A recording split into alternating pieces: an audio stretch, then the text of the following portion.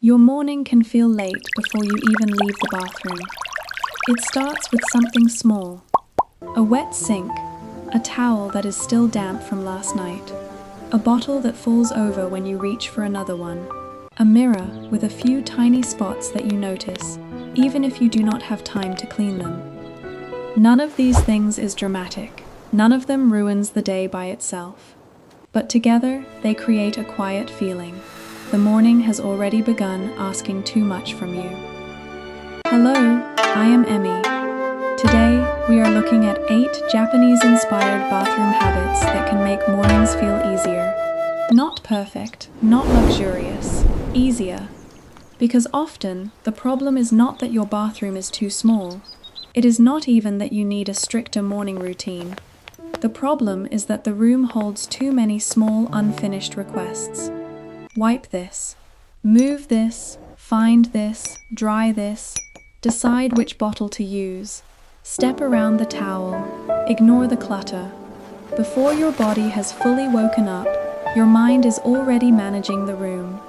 In many Japanese homes, calm is not created by one big cleaning day. It is often created by small resets after use. A place is not left for the future self as a small problem. It is returned, gently, to a ready state. This idea is useful in the bathroom, because the bathroom is a transition room. You enter it sleepy. You leave it as the person who has to meet the day. If the room is full of friction, that transition becomes heavier. The first habit is to leave the sink dry enough to greet you. This does not mean polishing the sink every morning until it shines. That would only create another chore. It means keeping a small cloth nearby and wiping the rim, faucet area, and the most visible water after you brush your teeth or wash your face. Just 10 seconds. The point is not hygiene perfection. The point is the first signal your eyes receive. When you wake up and see dried toothpaste, watermarks, and little hairs around the sink, your brain receives a message before you even touch the tap. Something is waiting for you. When the sink is mostly dry, the room feels ready. A dry sink is a very small welcome. If you have ever stayed in a simple Japanese inn, or seen the way a wash area is reset after use, you may notice this quiet respect for the next person. The next person may be a guest, it may be a family member, or it may be you, tomorrow morning. Tonight, try leaving the sink dry enough that your morning self does not have to forgive yesterday's rush. The second habit is to keep only today's products on the counter. Many bathroom counters become tiny storage rooms. Cleanser, serum, toothpaste, sunscreen, hair oil, an almost empty bottle, a new bottle waiting behind it, a travel-size item from a trip you barely remember. The counter becomes crowded, but the morning action is usually simple. You need the things you actually use today. In Japanese home organization, there is often a strong difference between what is stored and what is in active use. This difference matters because visible objects are not silent. They ask to be chosen, moved, cleaned around, or mentally ignored. For the bathroom, try a small tray or one clear zone. On it, keep only the morning items you touch nearly every day: toothbrush, toothpaste, cleanser, sunscreen, maybe one comb or one lotion. Everything else goes into a drawer, basket, cabinet, or separate backup area. If you do not have storage, use one simple box under the sink or on a lower shelf. The rule is not own less immediately. The rule is do not make every item attend the morning meeting. When the counter shows only today's tools, your mind does not have to sort the whole bathroom before washing your face. The third habit is to give every wet item air. This sounds too simple until you notice how often a bathroom feels tired because things cannot dry. A towel folded too soon. A bath mat pressed against the floor. A sponge sitting in a puddle. a toothbrush cup with water at the bottom, a washcloth hanging in a dark corner. Wet items carry a special kind of friction.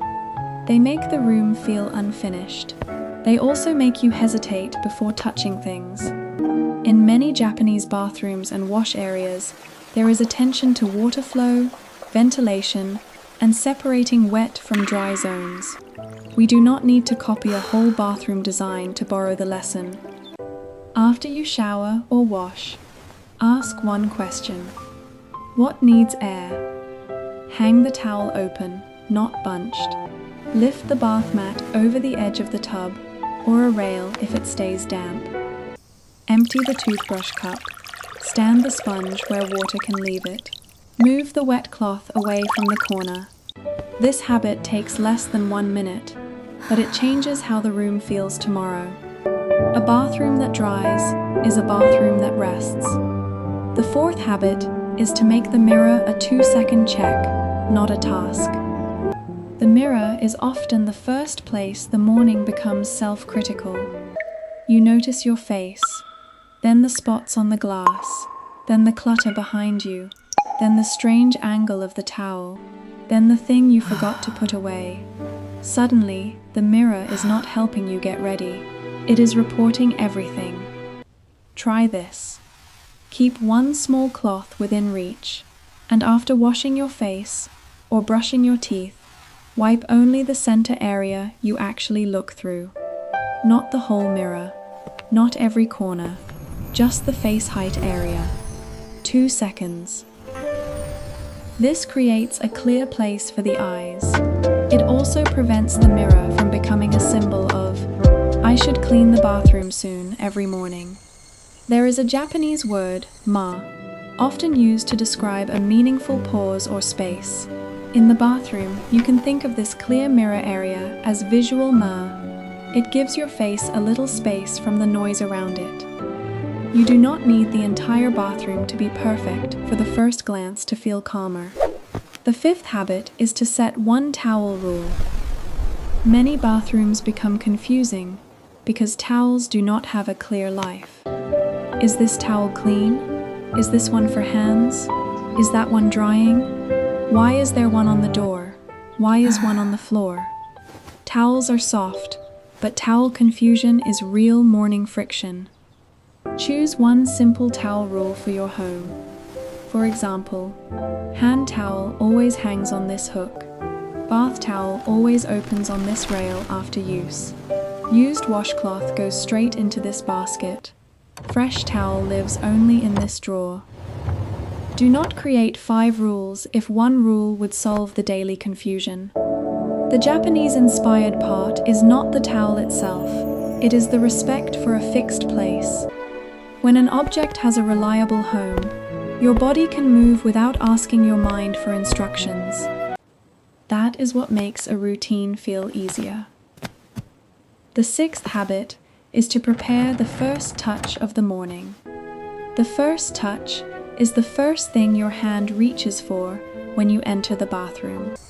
Maybe it is the light switch, maybe the faucet, maybe the toothbrush, maybe a hair tie, maybe your glasses. If that first touch is unpleasant, the morning begins with resistance.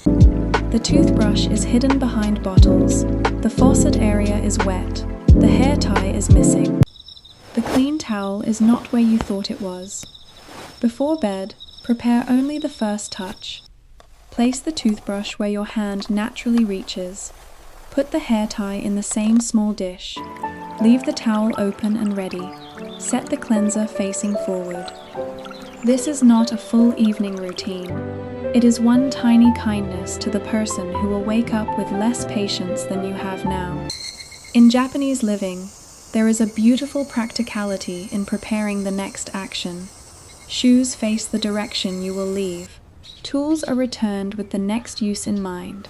A room is arranged so the body can understand it. Your bathroom can do the same. The seventh habit is to remove backup bottles from eye level. Backup items are useful, but when backups sit beside active items, the room starts to feel more crowded than it is.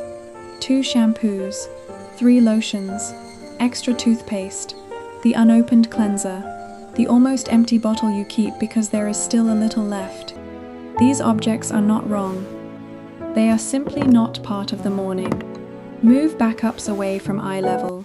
Put them in one basket, one drawer, one lower shelf, or one labeled zone. If there are too many backups to fit in one place, that is useful information. It means the bathroom is quietly storing future decisions. You do not have to throw everything away today. Just separate "I use this now" from "I will use this later." This one separation can make the counter feel lighter without buying anything new. The 8th habit is to close the bathroom before leaving it. This is the smallest habit, but it may be the most powerful. Before you leave the bathroom, pause for 5 seconds and ask, is the room closed? Not perfect. Closed. Cap on the toothpaste. Towel hanging open. Water wiped from the main sink area. Dirty clothes in the basket. Light off. Door left the way you want to find it later. This closing ritual matters because many people leave the bathroom in the middle of an action. Then the room keeps the action alive all day. When you return at night, the morning is still there. When you wake up tomorrow, yesterday is still there. Closing the bathroom is a way of telling the room, this part is finished. A good morning often begins the night before, not with a strict schedule, but with fewer small problems waiting in the first room you enter. So if your mornings feel rushed, do not start by changing your whole life. Start with one bathroom surface. Dry the sink. Choose the products for today. Give the towel air. Clear the mirror where your eyes land. Choose one habit tonight. Only one. Tomorrow morning, notice whether the room asks a little less from you. That is enough.